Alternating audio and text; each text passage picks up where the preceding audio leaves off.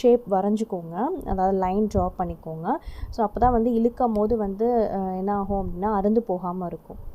இல்லை உங்களுக்கு பெருசாக லைன் ட்ரா பண்ணாலும் ஓகே தான். உங்களால் வந்து ஆக்சுவலாக இது மாதிரி சுருக்கம் ரொம்ப விழுவுற மாதிரி உங்களுக்கு இருந்துச்சு அப்படின்னா வந்து என்ன பண்ணிக்கோங்க, லைன் வந்து கொஞ்சம் பெருசாக ட்ரா பண்ணிக்கோங்க. ஸோ எப்படி லைன் ட்ரா பண்ணால் ஸ்கேல் எடுத்துக்கோங்க. ஸ்கேல் எடுத்துகிட்டு வந்து ஒரு 1 சென்டிமீட்டர், ஓகேவா? ஸோ இதிலேருந்து இங்கே வந்து ஒரு 1 சென்டிமீட்டருக்கு மேலே ஒரு பாயிண்ட், கீழே ஒரு பாயிண்ட் மார்க் பண்ணிக்கோங்க. மார்க் பண்ணிவிட்டு தென் வந்து ஒரு லைன் வந்து ட்ரா பண்ணிக்கோங்க.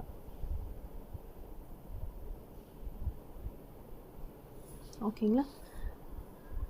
ஸோ ஒரு 1 சென்டிமீட்டர் இல்லை ஒரு 1.5 சென்டிமீட்டர், ஸோ அந்த மாதிரி உங்களுக்கு லென்த் வந்து பார்த்துக்கோங்க. ஓகேவா? அந்த லென்த்தில் நீங்கள் இந்த லென்த்துக்குள்ளேயே நீங்கள் வந்து ட்ரை பண்ணுங்கள். ரொம்ப ஷார்ட்டாக போட்டாலும் உங்களால் வந்து ரொட்டேட் பண்ண முடியல அப்படின்னா நீங்கள் ஒரு 1 சென்டிமீட்டருக்கு மார்க் பண்ணிவிட்டு இங்கே ஒரு பாயிண்ட், இங்கேருந்து ஒரு 1 சென்டிமீட்டருக்கு பாயிண்ட் மார்க் பண்ணுங்கள். இல்லை 1.5 இல்லை 1.15.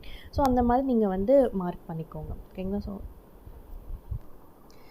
இப்போது நான் வந்து ஒரு டேப் வச்சுட்டு நான் மார்க் பண்ணி காட்டுறேன் பாருங்கள். கரெக்டாக வந்து ஒரு 1.5 சென்டிமீட்டருக்கு வந்து நான் வந்து மார்க் பண்ணியிருக்கேன். ஓகேங்களா?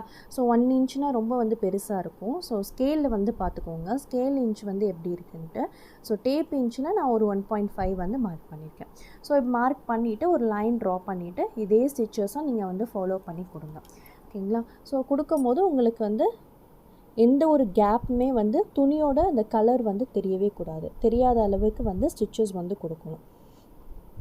அதே மாதிரி இப்போ உங்களுக்கு இங்கே கொடுக்கும்போது சில இடத்துல வந்து எனக்கு கீழே வந்து நாட் விழுவும், சில இடத்துல சென்டரில் நாட் விழுவும். ஸோ அது எதனால் அப்படின்னா வந்து இந்த மாதிரி நான் வந்து சில இடத்துல வந்து நான் நாட் கீழே கொடுக்காம நான் மேலே எடுத்துகிட்டு போனேன்னா அதனால தான் உங்களுக்கு இப்போ நான் கீழே ஒரு குட்டி லாக் கொடுக்க சொன்னேன் இல்லையா?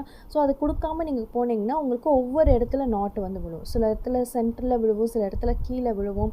ஸோ அதெல்லாம் கொஞ்சம் வந்து பார்த்துட்டு நீங்கள் வந்து ஸ்டிச்சஸ் கொடுத்தீங்க அப்படின்னா உங்களுக்கு நீட்டாக வந்து ஒரே இடத்துல வந்து விழுவும். இப்போ நான் அப்படி மேலே எடுத்துகிட்டு போகிறேன்னா சென்டரில் அந்த லாக் விழுவும்.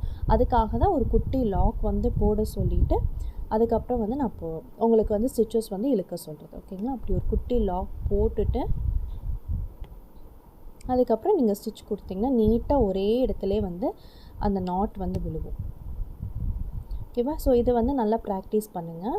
ப்ராக்டிஸ் பண்ணிவிட்டு தென் அதுக்கப்புறம் ஒரு ஷேப்பில் எப்படி நம்ம கொடுக்குறதுன்னு சொல்லிவிட்டு நான் உங்களுக்கு சொல்கிறேன். ஓகேவா? இது முடிச்சதுக்கு ஒரு எண்ட் நோட் கொடுத்தீங்கன்னா கம்ப்ளீட் பண்ணிடலாம்.